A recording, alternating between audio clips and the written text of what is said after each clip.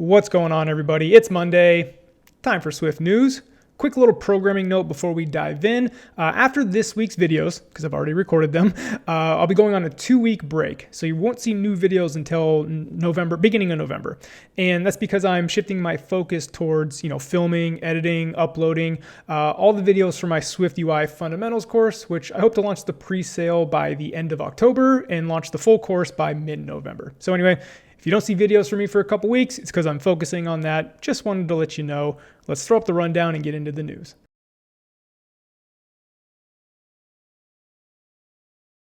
First up, there's an Apple event tomorrow. Pretty safe to say we're getting the iPhones. Probably not all the iPhone versions. And who knows what other products we'll get, right? There's been a lot of speculation, leaks on we'll see this product, we're not going to see that product. Who knows what we'll see? Let's just enjoy it tomorrow. Fingers crossed, I'm hoping to see kind of what the new Macs look like with Apple Silicon. I mean, I'm hoping for a redesign. I'm looking at my iMac right now and these bezels, it's pretty old. So that's what I'm looking forward to most, is seeing the redesigned iMacs. I don't know if we'll see them here, I hope, but hopefully we see them soon. So anyway, Apple event tomorrow. It's always fun to watch them. I'm a fan of the pre-recorded version, by the way. I really like those. All right, moving on. Up next, we have the App Store Connect app getting an update that gives us some test flight functionality. Now, not full test flight functionality, but hey, hopefully this is a first step, right? And you can see this in this screenshot right here. You can edit testers, add testers, check the process of your builds, all that stuff you can see here in the what's new, right? Set up internal test flight beta testing. Now, internal is the key word here, because if you're familiar with test flight at all, you have internal, which is all the people on your App Store Connect team, like people helping, work on your product. And then there's the external, which is what you think of as like your common beta testers, right? You can have a ton of those. Well, internal, you can have up to 100. So it is only for the internal testing right now. But again, hopefully this is the, the first step towards more functionality in the future. Moving on, we have a quick update on the deadline for using UIWebViews. UIWebView's been around forever. As you can see here, WKWebView came out in 2014, and they've told us for a while, like, hey, use WKWebView. We're going to deprecate UIWebView. If you're still using UIWebView, you should probably switch. They've been saying that forever, and they put a deadline on it recently saying, no longer accept app updates containing UIWebView as of December 2020. That keyword was, the deadline we were all working under. However, they have extended that beyond the end of 2020. And what's the new date? Who knows, right? We'll let you know when a new deadline is confirmed. So hopefully you've switched away from UIWebView by now, knowing that it was going to be deprecated. But if you haven't, it looks like you have more time. Next up, we have a new official Swift package called Swift Algoritms. And as you can see here from Nate Cook here, it's a new open source package of sequence and collection algorithms along with their related types. Now, I'm not going to claim to be an algorithms expert by any means, but this does seem like a good addition in seeing Swift grow with more and more functionality. So scroll down and take a look. Well, by the way, if you do want to check out a WWDC from 2018 video about embracing algorithms, that'll shed more light onto this kind of stuff. Definitely check that out if you're interested. But here's a brief tour of talking about, this is the example of like chunked methods, how it breaks it a collection into consecutive subsequences. So you can see like, subarrays here.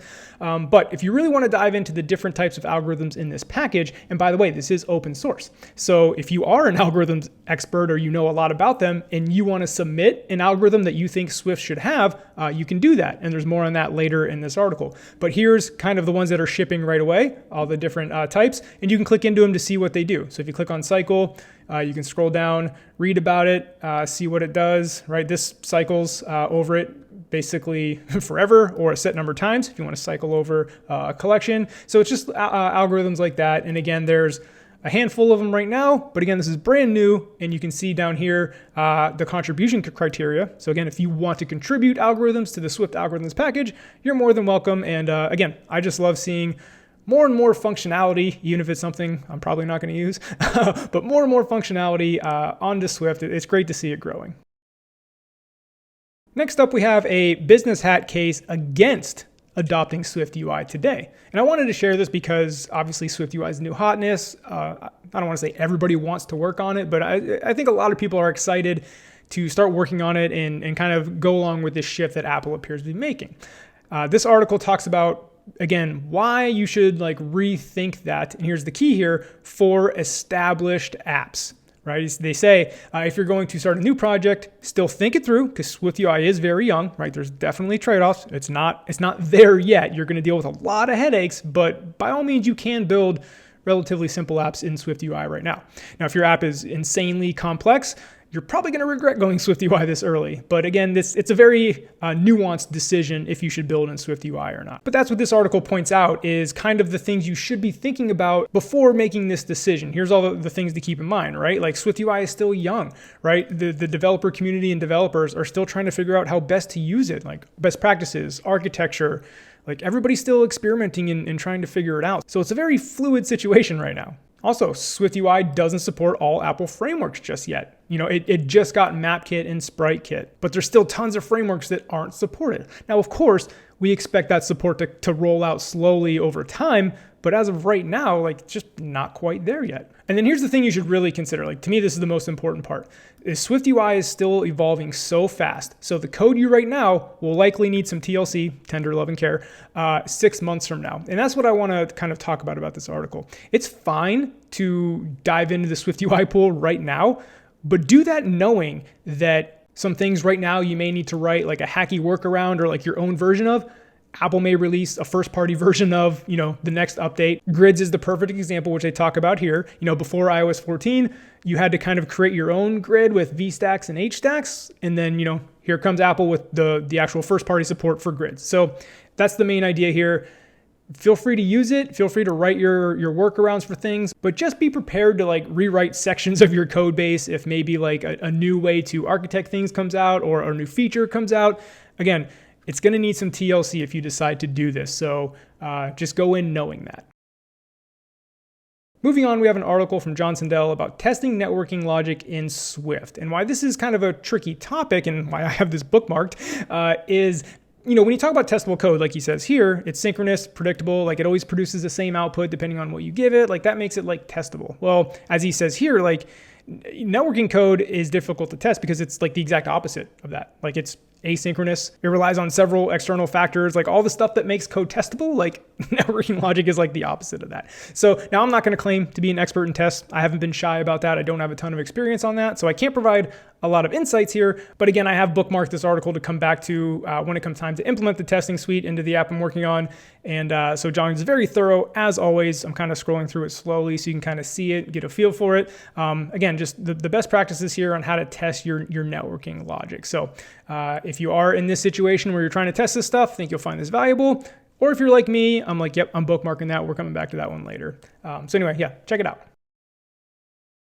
Next up, we have Cash Cow Revisited by Drew McCormick. Now, that sounds like a weird article, right? But what this is about, and I've been spending a ton of time because I've started working on my indie app, like researching different business models, different payment plans, monetization, and came across this where he calls it the cash cow model. And to be fair, they jokingly refer to it as that, right? It's not like a greed thing, but it's kind of a different way to do it's like in between subscriptions and paid up front, right? Because there's a couple different ways you can monetize your app. And that's what this article talks about. Well, there's an original post that just from 3 years ago that describes what they were doing. So this post, that's why it's called Cash Cow Revisited, is like, okay, we told you what we were going to do. Now, let's see how it went 3 years later. Definitely check out the article for more in depth. I found it fascinating and very insightful for, again, monetization strategies. But to sum it up, this cash cow model is very similar to what Sketch does if you're familiar with Sketch. And I'll scroll down to a little diagram they have that really helps out with this. So the way like Sketch works is you pay $99 a year and you get all the updates for that year. But when your year runs out, you still get to use the app. So it's not a subscription model, right? You don't have to keep paying to use the app, but you just don't get any of the new features. Right? So you could be using, like, that's what I did. Like I actually recently updated Sketch because I hadn't updated it in like a year or two. And, so I was like, okay, it's finally time. But I got to use the app for that year or two, not for free because I paid $99 originally, but you get what I'm saying. Like I didn't have to continue paying $99 a year. So that's what this kind of model is. And Drew goes through the article and talks about what was good about it, right? Like time to assess. It should go without saying that they're happy. The big thing here is that it's bringing in the bucks and we received virtually no negative feedback about it. In fact, it's mentioned in a significant number of apps or reviews as playing a factor in the customer's decision to purchase. But he also talks about, and this is what I think is really cool, is the development aspect of it too, right? Because if people are paying for updates, as a developer, you're incentivized to push out as many updates, whether they're good or not, so you can like have the user pay, right? Because again, as developers, like we have to make an income, we have to earn a living. So this cash cow model is trying to not go the full subscription route, which a lot of customers hate.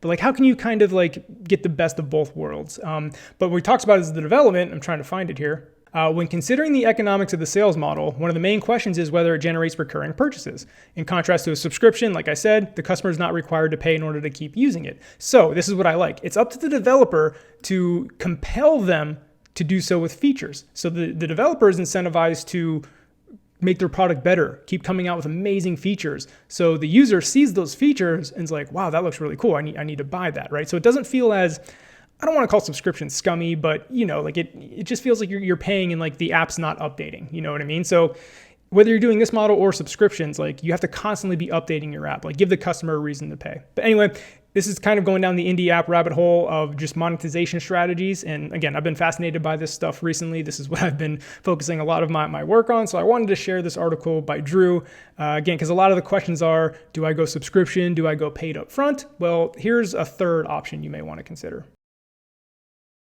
Now I wanted to share this next video because navigating Twitter can be tough. Now I'm a huge proponent of Twitter. I'm constantly recommending it in my videos, and I always get pushback from people that say, Twitter's a waste of your time. It's a cesspool. I can't believe you're recommending this. This is ridiculous. And they're not 100% wrong. I encourage people to use Twitter for the knowledge sharing, the relationship building with other developers. For that, Twitter is amazing.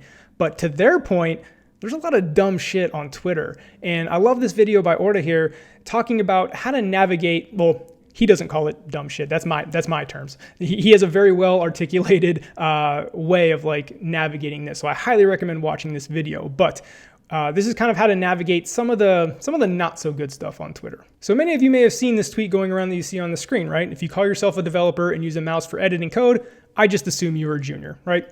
It's a ridiculous statement. I honestly thought it was a troll. I was like, come on, you don't never use a mouse. But, and this is kind of what the video is really about. And again, I'm going to sum it up, but still go watch it. He's very eloquent about it. It's awesome. But what he talks about in this video is how everyone piled on. And I'll go to, let me find the timestamp I had saved here for that. And this is how I saw it. Everybody was quote tweeting this with their take, calling this guy an asshole, just very vicious. And he even says that. He's like, some of the responses I saw were very a lot of vitriol behind it, very vicious. And what you're doing here by piling on, right? You think that you're kind of negating the bad take and protecting the junior developers out there. Be like, no, junior developers, we use mouses all the time, whatever. This is bad. What you're kind of doing though, this bad hot take went viral, within the developer community. And this person went from a couple hundred followers to a few thousand followers now. And that's the key here. By piling on, the original poster, it wasn't a troll. He immediately came back and said, I apologize, this was a bad take. I shouldn't have done this. But you don't see that, right? Because everybody's just quote tweeting this. So that's one bad thing. But the other thing is, people that see this happening, or maybe the original poster, they're like, holy shit, I just, 10x my Twitter followers in a day by having a bad hot take. So you're incentivizing people that have done this or that watched this happen to this person that now follow him. Now you're kind of perpetuating this behavior of hey, let me hack this system by triggering people and do a couple bad takes, grow my Twitter following, and then I'll shift to being normal, I guess, and posting good stuff. And now I have a platform just like that because I hacked triggering people, right? Now I just summed that up much more poorly than Orta did here. So again, definitely want to recommend watching this video. I loved it. But that's the idea. Instead of quote tweeting and amplifying this tweet, you can tweet out yourself to your platform, your following, whatever. Hey, I definitely recommend learning keyboard shortcuts. It makes you more productive, but of course we use a mouse, right? Something along those lines. And that was what Orta suggests here, rather than calling attention to the bad hot take. And now I'll get back to my opinion on this stuff. This is what I consider piling on these horrible takes. This is the dumb shit on Twitter. This is the stuff that takes away your mind share from sharing knowledge and all that stuff. This is what you can get distracted with. And you can check my Twitter feed. I typically stay away from this stuff, just ignore it. But again, Twitter is a tool. It can be used for bad. It can be used for good. Again, I try to focus on sharing knowledge, building relationships with other developers, and I try to stay away from this dumb shit because the people that blast me for recommending Twitter, To me, this is what they're talking about, and a lot of people fall into it. Anyway, I didn't do near as good a job as Orta did explaining all this, so like I said, check out the video, link in the description. Well, I guess Twitter is good for some other stuff. Like here's the LOL of the week. Let's go ahead and play this, right? Documentation showing you exactly what to do. And here's how you do it. Nope, not following documentation, just doing that. I thought that was pretty funny and pretty accurate most of the time. Anyway, that wraps up this week's episode. We'll see you in the next one.